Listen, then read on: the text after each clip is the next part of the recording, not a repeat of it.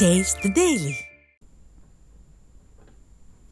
அதிமுக பொதுச் செயலாளரும் சட்டமன்ற எதிர்க்கட்சித் தலைவருமான எடப்பாடி கே பழனிசாமி வெளியிட்டுள்ள அறிக்கையில் தமிழகத்தில் சுமார் 1,14,000 ஹெக்டேரில் மா சாகுபடி செய்யப்பட்டு வருவதாகவும் கிருஷ்ணகிரி மாவட்டத்தில் மட்டும் சுமார் 35,000 ஹெக்டேர் பரப்பளவில் 3 லட்சம் மெட்ரிக் டன் மாம்பழம் உற்பத்தி செய்யப்படுவதாகவும் அதில் 2 லட்சம் மெட்ரிக் டன் மாம்பழத்தில் மாம்பழக்கூழ் தயாரிக்கப்படுவதாகவும் குறிப்பிட்டுள்ளார்.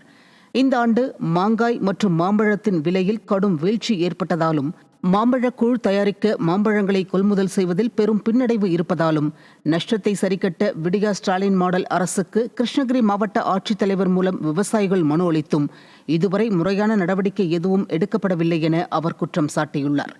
மாங்கூழ் தொழிற்சாலைகள் கிலோ ஒன்றுக்கு 4 முதல் 5 ரூபாய் மட்டுமே தர முன்வருவதாக விவசாயிகள் கவலை தெரிவிப்பதாகவும் கிலோ ஒன்றுக்கு 13 ரூபாய் வழங்குவதுடன் பாதிக்கப்பட்ட விவசாயிகளுக்கு ஏக்கர் ஒன்றுக்கு 30,000 ரூபாய் இழப்பீடு வழங்க வேண்டுமென கழக பொதுச் செயலாளர் வலியுறுத்தியுள்ளார்.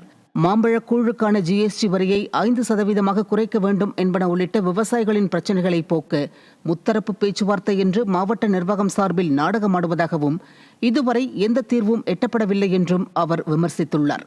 எனவே மா பயிரிட்டுள்ள விவசாயிகளின் நியாயமான கோரிக்கைகளை உடனடியாக தீர்த்து வைக்க விடியா ஸ்டாலின் மாடல் அரசை வலியுறுத்தி ஒருங்கிணைந்த கிருஷ்ணகிரி மாவட்ட அதிமுக சார்பில் வரும் 20ஆம் தேதி வெள்ளிக்கிழமை காலை 9 மணி முதல் மாலை 5 மணி வரை கிருஷ்ணகிரி பேருந்து நிலையம் அருகில் மாபெரும் உண்ணாவிரத போராட்டம் நடைபெறும் என கழக பொதுச் செயலாளர் அறிவித்துள்ளார்.